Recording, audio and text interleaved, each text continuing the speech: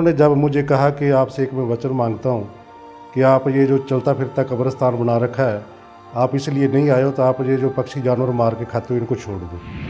तो मैं कह रहा हूँ भोले बाबा ले चलो जहाँ ले चलना, आज मैं तैयार हूँ जाने के लिए। तो वो मैं स्पीड से जा रहा हूँ, तो मैं क्या देख रहा हूँ, ऊपर वो स्टार नज़र आ रहे हैं, सप्तऋषि और ध्रुव का तारा, चंद्रमा, और नीचे लाइट्स नज़र आ रही हैं, जैसे धुंध होती है ना वाइट, इस तरह की एक लेयर आती है। तो जब मैं उसमें इंटर करता हूँ तो मुझे डर लगता है कि कहीं ऐसा ना हो कि अब तो गया। मैं बैठा हूँ सोफे के ऊपर, उस समय मुझे बहुत डर लगा कि ये सामने कौन बैठा है, या आप तो बाहर खड़े हो। फिर मैं घूम के आता हूँ थोड़ी देर बाद, फिर जब देखता हूँ फिर वही अर्जुन कंबोज बैठा है। फिर मैं कहता हूँ आज तो तू गया।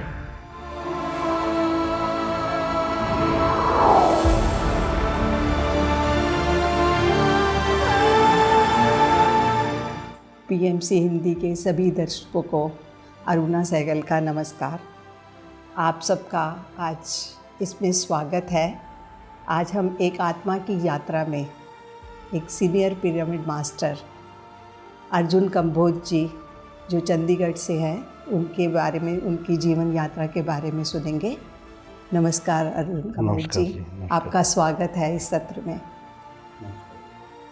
आप अपने जीवन का शुरू से, जैसे आपका जीवन था और ध्यान के बाद का जीवन, आज हमें पहले आप अपने पहले जीवन के बारे में बताइए। मेरा बचपन एक किसान फैमिली में हुआ, और उसमें बचपन जो है मेरा पूरे जो है प्यार में, दादा का प्यार, दादी का, बहन भाइयों का मिला मुझे प्यार। स्कूलिंग हुई, और शुरू में जो है मतलब 10वीं तक तो मैंने गांव में किया। उसके बाद फिर मैंने आगे अपनी जो एजुकेशन है वो आगे घर छोड़ना पड़ा मुझे, तो वो बठिंडा से मैंने बीकॉम किया। तो उस समय मेरी उम्र जो 23 साल की थी जब मेरी बीकॉम हुई है। तो बचपन जो है मतलब काफ़ी मतलब जो है संघर्षपूर्ण रहा, क्योंकि खेती बाड़ी का काम था, खेत में भी काम करना पड़ता था। तो जो मवेशी वगैरह उनका चारा वगैरह काटना, सारा ये काम करना घर का, और साथ एजुकेशन भी करनी। तो इस तरह मतलब जो शुरुआत जो है काफ़ी संघर्षफुल रही मेरी जो ज़िंदगी है। तो उसके बाद जब बीकॉम करने के बाद, उस समय मैं नॉन वेजिटेरियन था।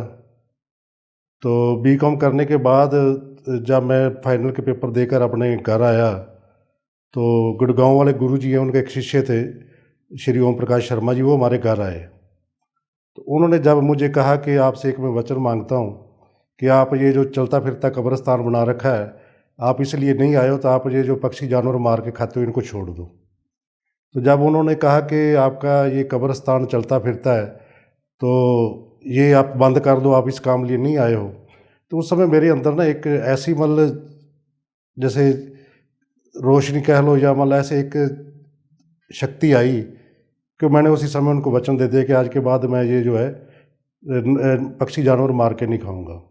और वो दिन और आज का दिन, उसके बाद मैंने ये नॉन वेज को टच भी नहीं किया। फिर उन्होंने कहा कि आप जो है मतलब एक गुड़गांव वाले गुरुजी हैं, आना मेरे पास, आपको मंत्र जाप दूंगा तो वो करना।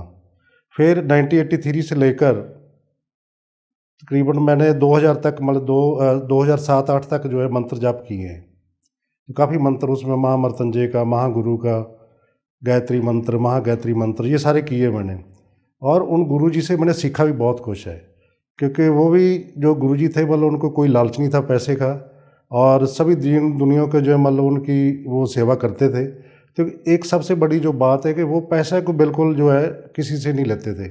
ना ही उनके कई संस्थान बने हुए, जैसे पंजाब में भी हैं, पूरे इंडिया में, बाहरले कंट्रीज़ में भी हैं। तो किसी बार के ऊपर कोई चढ़ावा 1 रुपया भी नहीं मत्था टेक सकता कोई। तो जो जाता है उसको प्रसाद और चाय का प्रसाद वगैरह देते थे, और खाना भी देते थे, और कोई पैसे की कोई डिमांड नहीं होती थी। तो काफ़ी लोग जुड़े हुए थे, तो वहाँ से मैंने बहुत कुछ सीखा है, और मंत्र जाप में ही मैंने आउट ऑफ बॉडी एक्सपीरियंस भी किए हैं। तो ये मेरी पहले की यात्रा है जो है ध्यान में आने से पहले की। तो आपसे एक प्रश्न करते हैं। जैसे आपने अभी बोला कि आप पहले नॉन वेज थे, आप मांसाहार को वो करते थे, और आपका परिवर्तन हुआ शाकाहार में आने के बाद। तो क्या आपके जीवन में आपको कुछ चेंज महसूस हुआ क्या? जब मैं शाकाहार बना तो कहाँ तो मेरे से बीकॉम करनी भी मुश्किल हो रही थी। मुझे ये लगता था कि ये कौन सी मुसीबत मैंने गल डाल ली। इसी तो वो भैंसे भूंसे को पानी डालना और चारा डालना वही ठीक था। बड़ी मुश्किल से वो मेरी क्लियर हुई। तो जब मैं शाकाहार बना तो एक मुझे जो बदलाव आया ना मेरे में, जो सेल्फ कॉन्फिडेंस बढ़ा मेरा, वो बहुत ज़्यादा हो गया। उसके बाद फिर मैंने बीकॉम के बाद मैंने पीछे नहीं देखा मुड़ के। मैंने एमकॉम किया, एलएलबी की, एमए पब्लिक एडमिनिस्ट्रेशन किया, एमबीए किया। तो मतलब कोई दिक्कत ही नहीं आई किसी तरह का, और मेरी पूरी लाइफ जो टोटली चेंज हो गई। और उसके बाद फिर जो भी लाइफ में मेरा जो भी मुझे चाहिए था मुझे मिलता है जितना मुझे ज़रूरत थी मतलब। तो ये मतलब जो वेजिटेरियन बनने के बाद मेरा हुआ मतलब। जी, अभी आपकी इस यात्रा में आपका सहयोगी जो आपकी शादी हुई, तो आपका उसका ध्यान से पहले का है यात्रा या ध्यान के बाद की यात्रा? नहीं, पहले का भी है, बाद का भी है। नहीं, ध्यान से पहले ही आपकी शादी हो गई थी? हाँ, जब शादी आप... पहले होगी मेरी, 91 में शादी हो गई थी। हाँ जी। और मेरी पत्नी का जो सहयोग है बहुत मेरे साथ रहा उसका। हाँ जी। मतलब जो भी मैं आज खुश हूँ उसके कारण ही हूँ जी। तो दूसरा ये है कि कहीं भी मतलब कोई भी काम करना तो उसका पूरा जो सहयोग रहता है मुझे। तो बच्चों की एजुकेशन या ध्यान के बारे में, अब मैं ध्यान में आया हूँ तो उसमें उसका पूरा जो कोऑपरेशन है तो वो ठीक है, मतलब वो भी ध्यान करती है। तो आपका इस ध्यान में आने का कब कोई ऐसा पर्टिकुलर आपके जीवन में आया हो जिसके कारण से आप PSSM के साथ, आनापानसती ध्यान के साथ जुड़े? ये 2000 की बात है कि उस समय मैं मतलब मंत्र जाप करता था, तो हम मोहाली में रहते थे। तो मोहाली में एक दिन क्या हुआ कि रात को नींद नहीं आ रही थी, तो मैंने उठ के शिवजी महाराज का वो धूप बत्ती किया और first out of body experience किया मैंने। तो क्या है कि एकदम मेरे बॉडी में इतनी वाइब्रेशन हुआ जैसे हम मदानी चलाते हैं ना दूध में मक्खन निकालने के लिए। हाँ जी, हाँ जी। तो इन दी सेम वे मेरी बॉडी में वो वाइब्रेशन हुआ, और वाइब्रेशन होने के बाद क्या है कि मैं अपने शरीर से बाहर निकल गया। तो मैं ऊपर आकाश में जा रहा हूँ, जैसे रॉकेट जाता है ना ऊपर पूरी स्पीड से। तो मैं सोच रहा हूँ कि ये तो बहुत बढ़िया, अच्छा भी बहुत लग रहा था उस समय कि अब तो जो शिवजी महाराज बहुत खुश हो गए मेरे पे। तो मैं कह रहा हूँ भोले बाबा ले चलो जहाँ ले चलना, आज मैं तैयार हूँ जाने के लिए। तो मैं स्पीड से जा रहा हूँ, तो मैं क्या देख रहा हूँ, ऊपर वो स्टार नज़र आ रहे हैं, सप्तऋषि और ध्रुव का तारा, चंद्रमा, और नीचे लाइट्स नज़र आ रही हैं। तो मैं जा रहा हूँ और महामृत्युंजय का पाठ कर रहा हूँ उस समय में, पाठ चल रहा है मेरा साथ वो। तो जब मैं काफ़ी हाइट पे चला जाता हूँ तो क्या देखता हूँ कि ऊपर ना धुंध है, जैसे धुंध होती है ना वाइट, इस तरह की एक लेयर आती है। तो जब मैं उसमें इंटर करता हूँ तो मुझे डर लगता है कि कहीं ऐसा ना हो कि अब तो गया। बस जैसे फियर आया, विद इन सेकेंड मैं अपनी बॉडी में वापस आ गया, और एकदम मुझे झटका लगा तो मैं अपने नीचे बैठा हुआ था जहाँ था। तो वो एक बहुत बढ़िया एक्सपीरियंस था मेरा। तो उसके बाद एक एक्सपीरियंस और हुआ, उसमें माँ बाबा बालकनाथ के जाकर आया। जब वापस आया तो मैं अपने घर में जब आया तो देखता हूँ कि सामने मैं बैठा हूँ सोफे के ऊपर। तो उस समय मुझे बहुत डर लगा कि ये सामने कौन बैठा है, भी आप तो बाहर खड़े हो। फिर मैं घूम के आता हूँ थोड़ी देर बाद, फिर जब देखता हूँ फिर वही अर्जुन कंबोज बैठा है।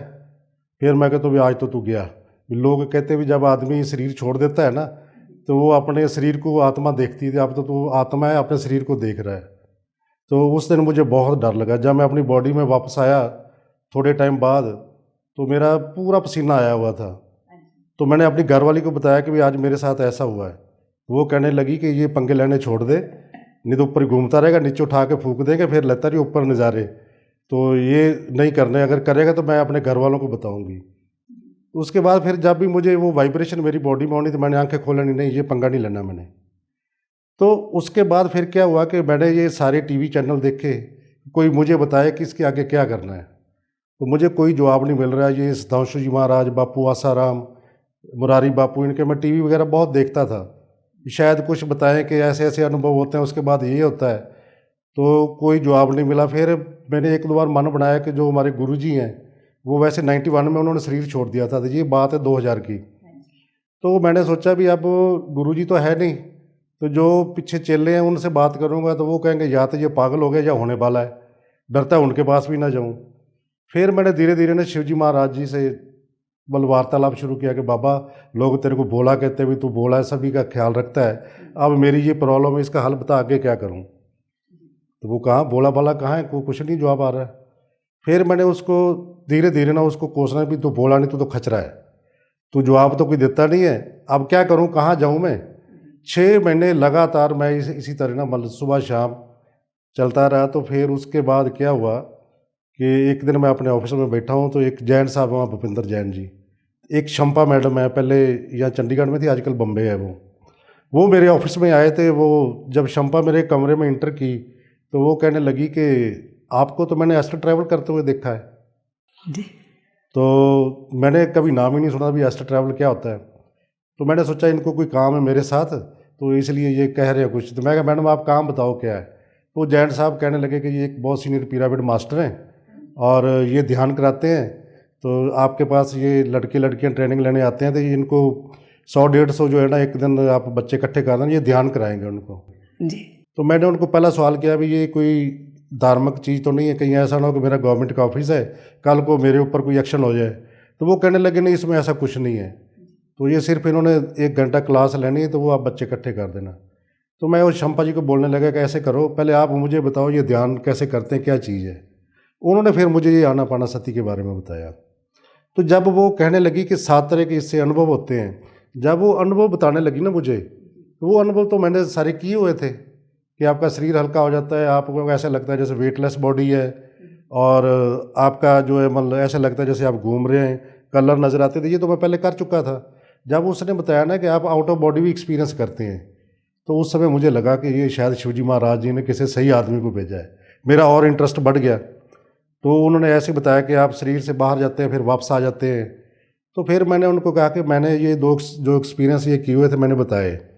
तो मैं कहा जी मुझे डर बहुत लगता है कि कहीं ऐसा ना कि मैं ऊपर ही रह जाऊँगा, वापस आऊँ नहीं बॉडी में, तो नीचे तो उठा के घर वाले तो वेट करेंगे नहीं, ज़्यादा से ज़्यादा 5-7 घंटे कर लेंगे, 8 घंटे कर लेंगे, तो फिर उसके बाद क्या होगा।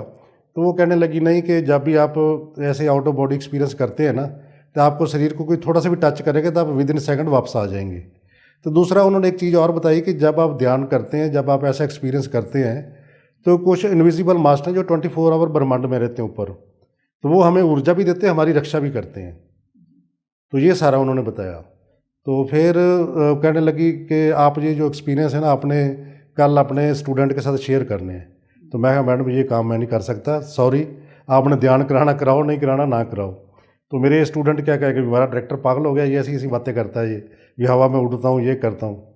खैर वो मान गई। दूसरे दिन वो आई, वो 100-150 बच्चा आपने दरियाँ वगैरह लगा के बिठा दी, उन्होंने आधा पौना घंटा मेडिटेशन कराया। और आप यकीन करिए कि उनमें से ज़्यादा सारे लड़के लड़कियों को इतने बड़ी एक्सपीरियंस हुए ना। कोई कहने लगा जी मेरी दादी मर गई आज से 3-4 साल पहले, मैं उसको मिल के आया हूँ। कोई कहने लगा जी मैं अपने गांव में जाकर आया हूँ। कोई कहने लगा जी मैं गुरु नानक देव जी के साथ हूँ।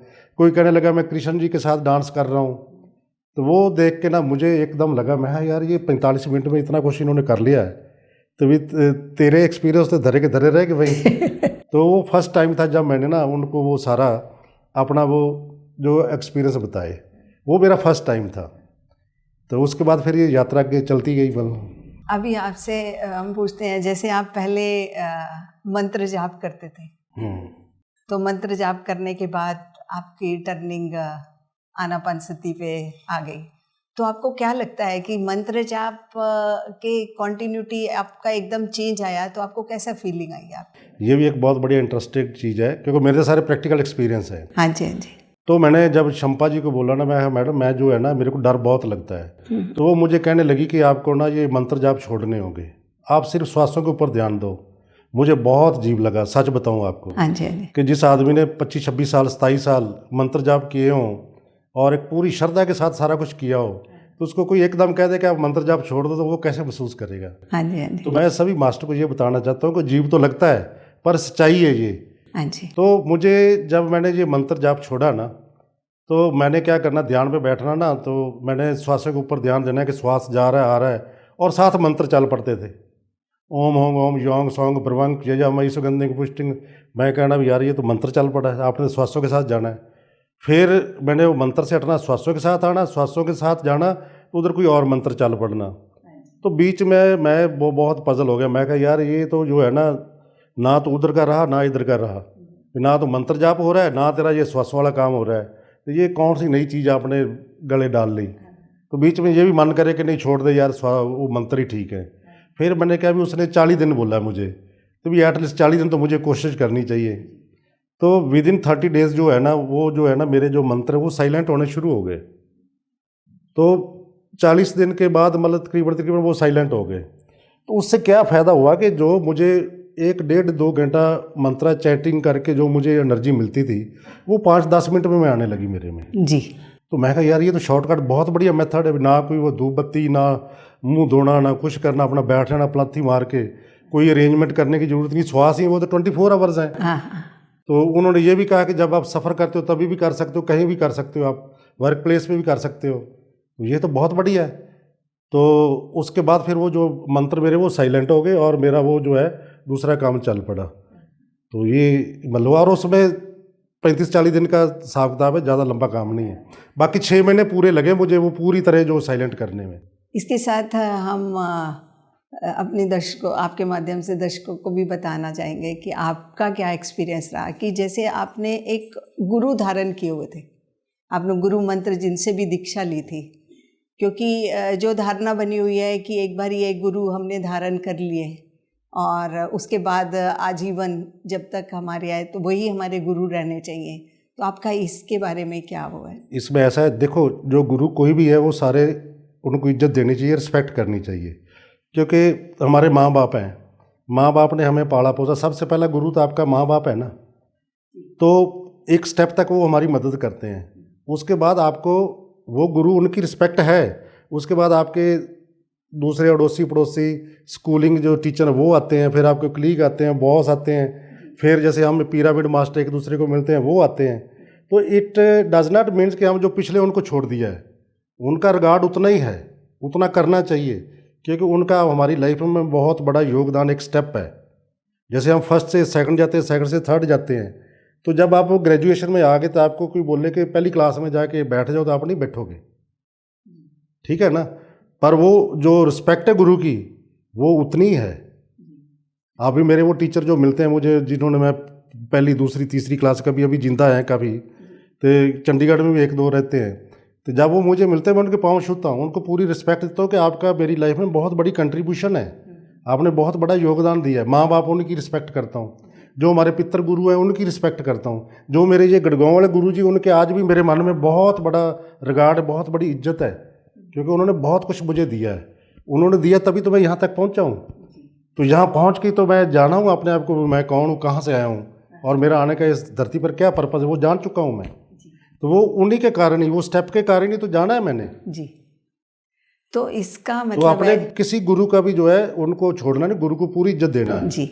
तो इसका मतलब है कि हमें अपनी आगे की पढ़ाई करनी, ये भी एक पढ़ाई है जीवन के अंदर, हर चीज़ को सीखना। तो हम आगे के जीवन को सीखने के लिए हम आगे और भी सफ़र में हमारे जितने भी हमें गुरु या इनके माध्यम से हमें टीचर्स मिलते हैं, उनके साथ हमें आगे का यात्रा को पूरा करना चाहिए। आपका ऐसा? इंसान जो है मरते दम तक सीखता है जी। जब तक आपका आखिरी श्वास आप सीखते हैं, और सीखने के लिए कोई किसी क्वालिफिकेशन नहीं, किसी गुरु की किसी क्वालिफिकेशन का होना चाहिए। सीखने को आप किसी से भी सीख सकते हो, पेड़ से भी, पौधे से भी, पक्षी से भी, जानवर से भी, ऐसा कोई स्पेसिफिकेशन नहीं है।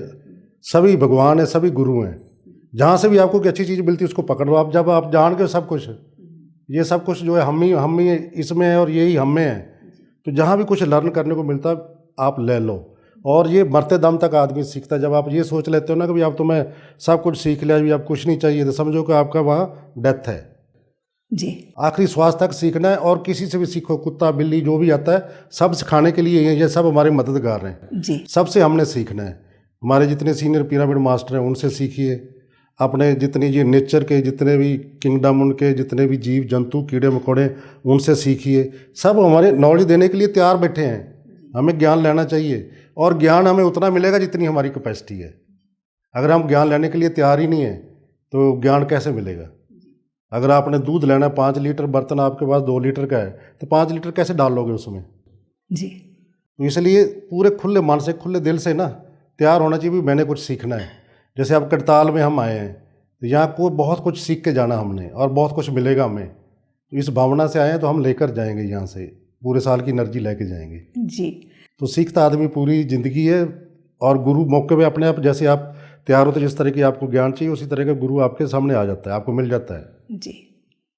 सिर्फ अपनी भावना रखनी है, अपनी भावना रखनी है, अपनी इच्छा होनी चाहिए, इच्छा होनी चाहिए।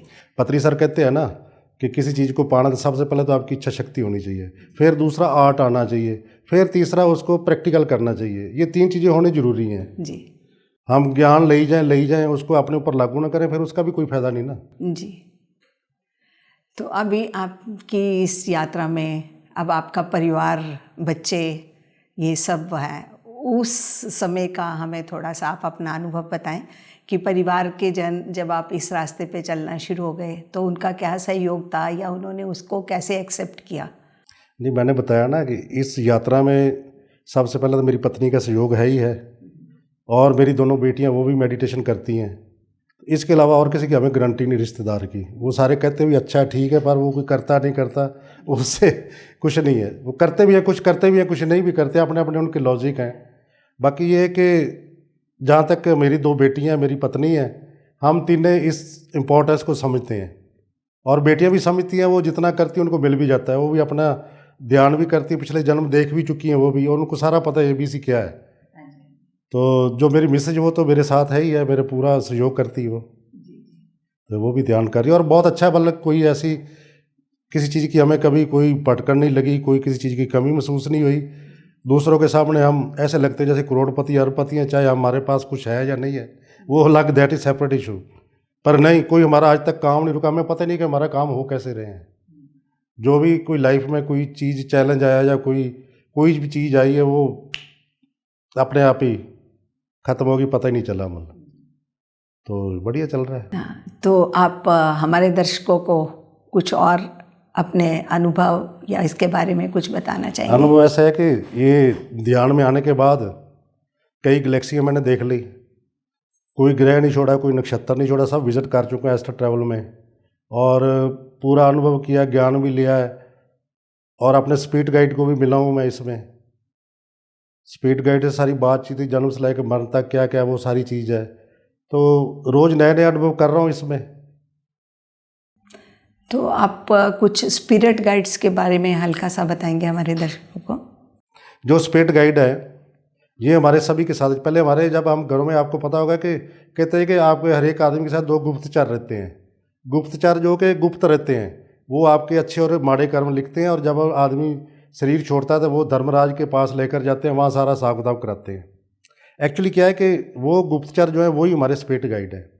स्पिरिट गाइड जो कि हमारी आत्मा की यात्रा को जो सफल करते हैं। तो ये ऐसे एक किताब थी, मतलब मैंने बुक पढ़ी, अपने सिल्विया ब्राउन है, एक USA की राइटर है, know to your spirit guide, 150 page की वो मैंने बुक्स पढ़ी। तो उसमें मेरे को कुछ चीज़ें ऐसी लगी कि जो मेरे साथ होती थी उन दिनों में। तो मैंने सोचा कि वो उसमें ये भी दिया था कि आप कैसे मिल सकते हो अपने स्पिरिट गाइड को। आप मेडिटेशन करके ध्यान के रहें, आप उनसे मिल भी सकते हो, बातचीत भी कर सकते हो। तो मैंने एक वो संकल्प लिया कि मैंने अपने स्पिरिट गाइड को मिलना है। तो करीबन 6 महीने मुझे लगे उनको मिलने के लिए। रोज़ डेली मैंने 2-2, 3-3, 4-4 घंटे मेडिटेशन करना, और रिज़ल्ट 0 निकलना। फिर दूसरे दिन मैंने फिर वो बैठना भी, मैंने आपको मिलना चाहता हूँ, आप प्लीज़ मुझे मिलें, फिर रिज़ल्ट 0। तो मैं भी ढीठ होकर लगा रहा भी, चल कभी कहीं ना कहीं तो मिलेंगे। एक दिन क्या हुआ कि वो वाकई जो मैनिफेस्ट हुआ, आउट ऑफ बॉडी एक्सपीरियंस किया। तो क्या देखता हूँ, एक जंगल में 15-20 हाथी हैं, उनके बच्चे हैं, और हाथी बच्चों के साथ खेल रहे हैं। वो सूंड से उनको धक्का लगा रहे हैं, वो भाग रहे हैं, फिर आगे आ रहे हैं। तो बहुत अच्छा अनुभव लग रहा है भी, यार देखो ये कैसे खेल रहे हैं। तो आगे क्या देखता हूँ कि गणेश जी बैठे हैं, तो उनकी स्किन हाथी की तरह है। तो जब मैं उनके पास जाता हूँ तो उनको ऐसे हाथ जोड़ के माथा टेकता हूँ, तो वो भी आगे ऐसे ऐसे करते हैं। तो मैं उनके हाथ लगाता हूँ तो कहता हूँ ये स्किन आपकी कितनी खुरदरी है, फोटो में तो आप बहुत बढ़िया नज़र आते हो। तो वो हंसने लगते हैं और इशारा करते हैं, उंगली इधर को करते हैं। तो मैं उधर देखता हूँ तो क्या देखता हूँ कि वहाँ एक मंदिर है शिव जी का बहुत बड़ा। तो वहाँ 150-200 आदमी लाइन में लगे हुए हैं। तो मैं सोच रहा हूँ कि अब ये तू लाइन में लगा, यहाँ तो टाइम बहुत लग जाएगा, तो कैसे जाएगा। गणेश जी ने इशारा किया भी उधर जा, तो अब मुझे इधर जाना चाहिए। तो मैं क्या सोचता हूँ, मन में थॉट्स आता है कि तू तो आत्मा है, तेरे को लाइन में लगने की क्या ज़रूरत है, तो सारे फिजिकली हैं। तो मैं ऐसे ही वाले जाके, जहाँ पंडित जी जाके बैठे होते हैं ना वो शिवलिंग के पास, वहाँ चला जाता हूँ। तो वो विभूति लगाते हैं शिवलिंग पे, तो लोगों के माथे को टिक्का लगा रहे हैं। तो मैं जल्दी करते हुए ना वहाँ से विभूति उठाता हूँ। जब शिवलिंग को लगाता हूँ ना, तो वहाँ वो मिश्री का प्रसाद बन जाता है, जैसे बिस्कुट होते हैं। तो मैं वो जेब में डाल रहा हूँ, फिर लगाता हूँ, फिर जेब में पार लेता हूँ पूरी, फिर वो पंडित जी कहते हैं कि ये लो और ले लो। मैं कहता हूँ जी नहीं, मुझे इतनी बहुत है, ये कुछ मैं आप अपने पास रखूँगा, कुछ बांटूंगा आगे। तो फिर मैं उनसे पूछता हूँ कि ये किसका मंदिर है। वो कहते हैं ये त्रिमूर्ति शिव जी का मंदिर है हिमाचल में। तो फिर मैं वहाँ से बाहर निकलता हूँ तो एक ग्राउंड में क्या देखता हूँ, फूल बूटे लगे हुए हैं, तो बहुत अच्छी खुशबू आ रही है और बहुत अच्छा है वहाँ, मतलब जो है ऐसे लगता है जैसे आदमी स्वर्ग में है। तो मैं टहल रहा हूँ तो पीछे से मुझे आकर ना कोई आदमी ऐसे ज़ोर से ना पकड़ लेता है ऐसे टाइट करके, और ये मुझे पहले भी लगता था। तो पहले क्या होता था कि जब मैं रात को सोता था ना, तो कोई चीज़ एक मेरे पाँव पे बैठ जाना, एक ने बाजुओं पे, तो मैंने पूरा जोर लगाना और मेरे को ये लगना है कि ये कोई भटकी हुई आत्मा है। तो मैंने उनको कहना है कि आप मेरे सामने आओ, यहाँ ध्यान करो, आपको मैं रिलीज़ करता हूँ। तो जैसे ही मैंने ये कहना था, वो जो मेरे ऊपर वेट जो हट जाता था। तो उस दिन वो ऐसे ही हुआ, उसने ज़ोर से पकड़ा मुझे, मैं ज़ोर लगा रहा हूँ, भी छोड़ दे मुझे, छोड़ दे। तो फिर मैं कहता हूँ कि आज मैं तेरे को ना भेज के रहूँगा, सामने आ कौन, मैं आपको देखना चाहता हूँ, और ध्यान कर बैठ के यहाँ। उस समय मैं क्या देखता हूँ कि एक 20-25 साल का लड़का, पैंट कमीज पहनी उसने, और वो ऐसे हाथ करके तो मेरी तरफ ऐसे देख के हंस रहा है। तो मैं कह रहा हूँ तू कौन है? कहता मैं आपका स्पिरिट गाइड हूँ। तो मुझे यकीन नहीं होता, मैं कहा मेरा स्पिरिट गाइड? तो मैं पूछता हूँ आपका नाम क्या? कहता मेरा नाम पंकज है। फिर मेरा दूसरा सवाल होता है कि आप रहने वाले कहाँ के हो? तो वो कहने लगा कि रोम का रहने वाला हूँ। तो थोड़ी दूर में देखता हूँ तो एक और लड़का खड़ा 25-30 साल का, उसने वो कमीज सलवार पहना हुआ है और ऊपर वो तुरला सा जैसे पाग का निकाला हुआ है। तो मैं कहा भी ये कौन? कहते ये भी आपका स्पिरिट गाइड है। तो उसको भी देख के मैं हैरान होता हूँ, ये मेरा कैसे स्पिरिट गाइड हो सकता है? कहते नहीं, ये आपका स्पिरिट गाइड है। तो जब हम दोनों उसकी तरफ जाते हैं तो वो भी आगे से आता है हमारी तरफ। तो मैं पूछता हूँ भी आपका नाम क्या? कहता मेरा नाम यूसुफ है। मैं कहा आप कहाँ के रहने वाले हो? कहता हम चाइना के रहने वाले हैं। तो मैं कहा आप कब से हो मेरे साथ? कहता जी बचपन से आपके साथ है। फिर वो काफ़ी बातचीत हुई उनके साथ मेरी, जो है मतलब कैसे आदमी डेथ होती, कैसे ऊपर जाते हैं, क्या इनका रोल होता है, कौन इनको पॉइंट करता है, कैसे आपका लाइफ प्लान बनता है, और वो आपकी लाइफ में कैसे कैसे आपकी मदद करते हैं, और कैसे कैसे आपको परेशान भी करते हैं, मियाँ बीवी का झगड़ा भी करवा देते हैं। तो वो सारी चीज़ें भी उनके साथ डिस्कस हुई। तो मैं कहा भी ये झगड़ा करवाने से आपको क्या मिलता है? कहते सारा दिन हम भी बोर हो जाते हैं, तो हमें भी तो टाइम पास करना ही है ना। तो जब आपके ऊपर कोई कष्ट होता है, कोई ग्रह आपका ख़राब होता है, बीमार होता है, तो उस समय ये बहुत मदद करते हैं आपकी। वो कहने लगे कि उन्होंने मेरे को ऊपरला सारा सिस्टम बताया कि कैसे एस्ट्रल ब्लड बैंक है, एस्ट्रल पैरामेडिकल स्टाफ है, एस्ट्रल सर्जन है, अलग अलग डिपार्टमेंट के, जैसे यहाँ आँखों के, दिमाग के और आपके हार्ट के, ऐसे ऊपर भी है। तो उनको लेकर आते थे। मैं आप लेके कैसे आते हो? कह रहे भी हमें किसी कोई प्लान की ज़रूरत नहीं, हम तो मेंटल स्पीड से जाते हैं, मेंटल स्पीड से ही आ जाते हैं उनको लेकर। तो उन्होंने सारे एग्जाम्पल देकर मुझे बताया। तो फिर मैं कहते मैं भी आप परेशान बहुत करते, कोई चीज़ घर में मिल नहीं रही, तो आप देख रहे सारी टक्करें लगा ली, जब परेशान हो जाता भी हे मालिक कहाँ के चले गए, तो वही चीज़ आपके सामने पड़ी होगी। तो कहते ये भी काम हम करते, तो मैं ये भी आदमी वाला काम करो, ये भी काम है।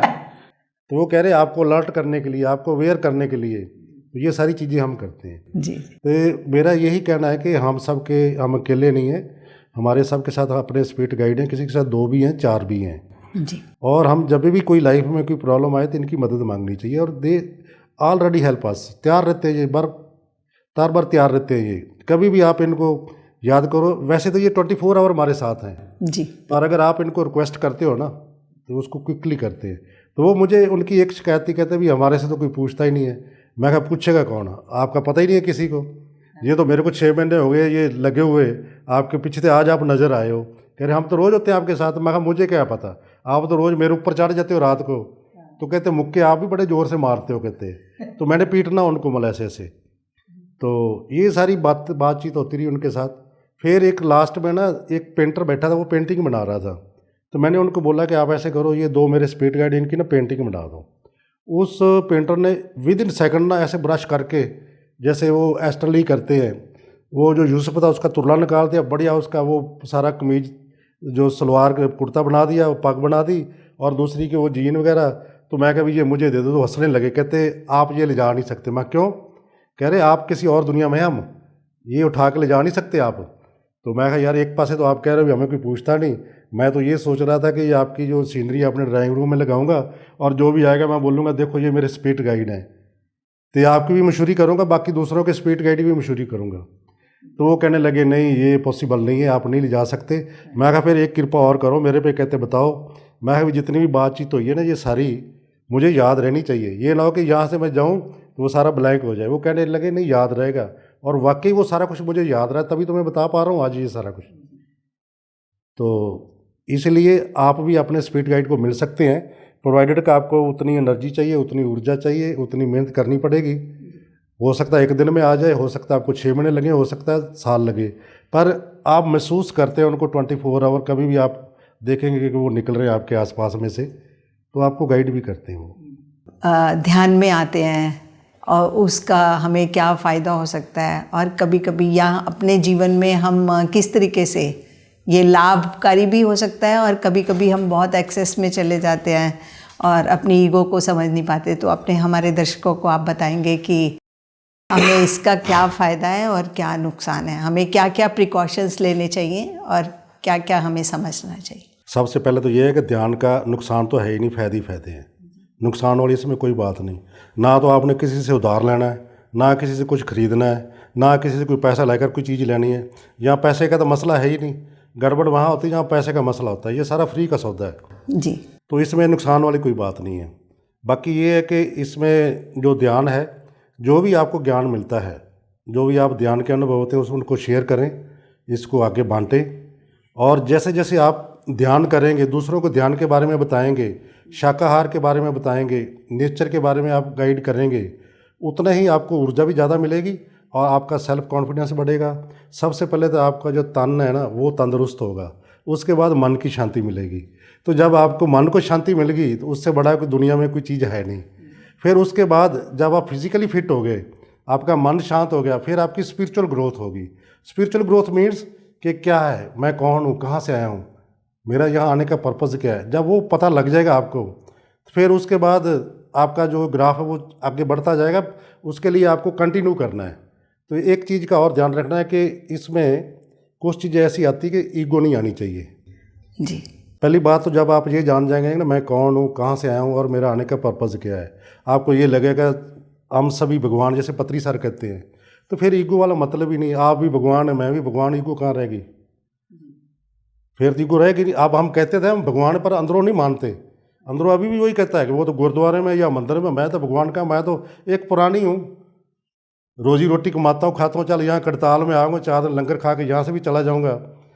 तो वो चीज़ नहीं है। उसके लिए आपको बहुत मेहनत करनी पड़ेगी। जब तक वो आप में ऊर्जा नहीं आएगी, आप अंदर से नहीं मानेंगे उस चीज़ को, तब तक ये जो ईगो वगैरह ना, ये आपका पीछा करती रहेंगी। तो अभी हम ये भी सुनते हैं कि हम अगर पिरामिड में बैठ के या पिरामिड एनर्जीज़ को यूज़ करके ज़्यादा ध्यान कर पाते हैं, तो आपका इसका अनुभव हम हमारे साथ शेयर करेंगे? ऐसा जैसे ग्रुप मेडिटेशन है, पूर्णिमा की रात की मेडिटेशन 3 गुना ज़्यादा एनर्जी मिलती है, ग्रुप में ज़्यादा मिलती है। पिरामिड के नीचे बैठेंगे तो और बढ़िया मिलती है। एक्चुअली क्या है, ये जो पिरामिड है ना, जैसे ये टावर बने हुए ना हमारे सैटेलाइट के, एयरटेल के, टाटा के अलग अलग टावर हैं, तो ये हमारे एनर्जी पॉइंट है, एनर्जी होल्डिंग पॉइंट है जी। तो ये एनर्जी को वहाँ जहाँ ये पिरामिड बना ना, उसके चारों ओर देखो वाइब्रेशन बहुत तेज होगी। जैसे करताल में है, आप किंग चैम्बर में बैठ के ध्यान करें तो आपकी आंखें खोलने को मन ही नहीं करेगा। जी। तो ग्रुप में बैठ के करेंगे तो वो भी होगा सारा, मतलब पूरी ऊर्जा मिलेगी। पूर्णिमा की रात को करेंगे तभी होगा। अगर आप कहीं समुद्र के किनारे में, नदी के किनारे में, पेड़ के नीचे बैठ के करेंगे, यानी कि नेचर के साथ पहाड़ों में बैठ के करेंगे, तो बहुत ऊर्जा वहाँ भी जो है आपको ऊर्जा ज़्यादा मिलेगी। तो ये पहाड़ है, ये तो हमारे देवी देवता ऋषि मुनि हैं, इनके पास बहुत बड़ा ज्ञान है। तो हम तो अभी ये पता नहीं कितनी देर के यहाँ आए हैं, ये तो हज़ारों सालों से यहाँ बैठे हैं। बहुत इन्होंने योग देखे हैं, सतयुग, कल युग, द्वापर, त्रेता सब देख चुके हैं ये। और कितना इनका अनुभव है। जब हम पहाड़ों में जाते हैं, हम तो जाते हैं एंजॉय करने के लिए, घूम घाम के वहाँ गंद फैलाकर आ गए, वो नहीं, वहाँ जाकर उनके साथ बैठें, बात करें उनके साथ। भाई मैं आया हूँ, मैं तो एक धरती का प्राणी हूँ, आपसे कुछ सीख रहे हो, आप मुझे ज्ञान दें, मैं ध्यान कर रहा हूँ, आप मेरे से बात करो।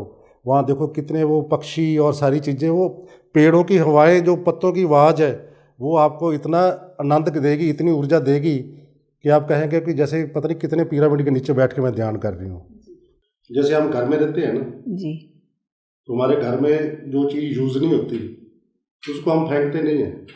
हाँ। उसको कहीं ना कहीं छुपाएंगे, चाहे खाट के नीचे कर दे, वो अंदर डाली जाएंगे। तो जैसे घर में एक सपोज कर लो एक खाट है ना, खाट समझते हो ना, हाँ जी, हाँ जी, जैसे एक वो चारपाई। चारपाई है, तो आप उसके नीचे वो सारा कूड़ा इकट्ठा करके डाली जाएंगे जी, एक टाइम ऐसा आएगा कि वो खाट जो वो भी इम्बैलेंस हो जाएगी, मतलब उसके अंदर क्योंकि कूड़ा इतना डाल दिया कि वो आप आगे कैपेसिटी में और जबरदस्ती कर रहे हो, जी, तो ना तो आप खाट के ऊपर बैठ सकते हैं ना उसके ऊपर सौ सकते हैं, जी, जब ज़्यादा अंदर हो जाएगा।